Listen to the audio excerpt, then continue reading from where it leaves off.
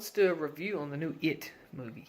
Um, I went into this with hesitation and a little bit of fear because not because thought I was going to be scared.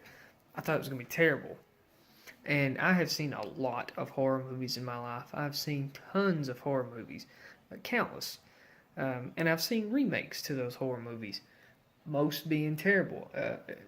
Past decade or so. I think when did the Crazies remake come out? Was it like 2009, 2011? That was a good one. It wasn't great, but it was good. And then you've got these terrible like I Spit on Your Grave remakes, and you got TV shows remakes of TV shows. The Exorcist, which is actually okay, but it's not a movie. You've got all these coming out. You've got Insidious. It's not a remake, but it's not a good horror movie. And you've got The Conjuring, which the first one was okay, but it still had like high school scares in it. Like you get your typical high schoolers whose their parents let them come in and watch the movie because they're under 18 and or 17 or however old you got to be, and they scream at no point, at no part. Now, let's get back to It. It. I hear a lot of people talk about it since it's already been out for a little bit. They say, "Oh, it's funny. It was more funny than it was scary." That's the thing with a horror movie. If you like horror movies, you want a little comedy in there. You want it to be almost so bad to an extent that it is funny. It is not bad. There is a few scenes in it where you're like, okay, this is humorous, but the way they went about it was also kind of scary. Like the body disfigurement terrifies me more so than jump scares. Jump scares get on my nerves. They don't scare me, they get on my nerves. Yeah, they'll make me jump, but that's because you're not expecting it. With body disfigurement, it just looks bad, it's not natural. The Exorcist, Linda Blair's makeup on The Exorcist was a nightmare. I imagine, walking into a bedroom and seeing that. You don't want to see that.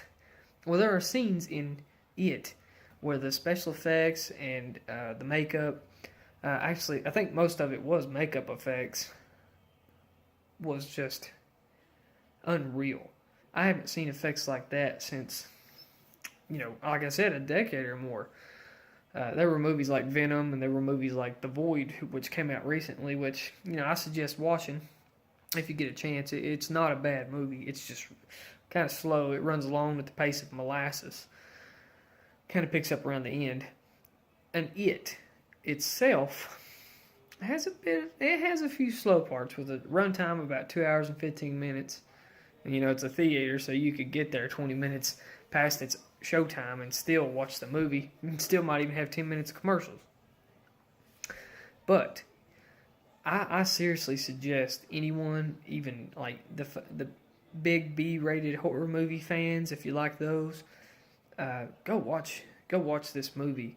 As I said, the best horror movie in a decade, or more, and the best Stephen King movie I've seen since The Mist, which I like The Mist, not the TV series. It's garbage. Yeah, and Bill Skarsgård, the casting was incredible.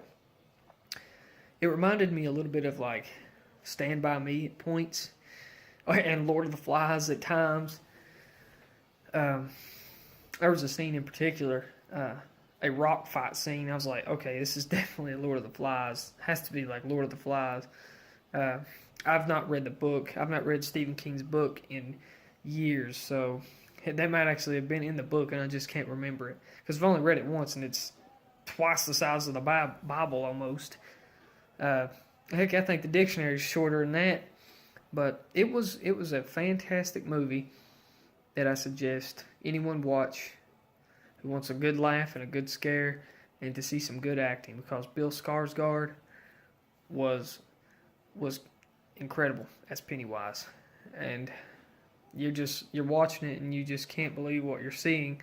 The way the camera angles are, the way the not really just the angles, but the way the effects are. They have these like it almost looks like a reality warp. You can see where Pennywise is warping reality, and that I loved to watch because he can warp reality. He changes reality at at times, and that just goes to show how powerful he is.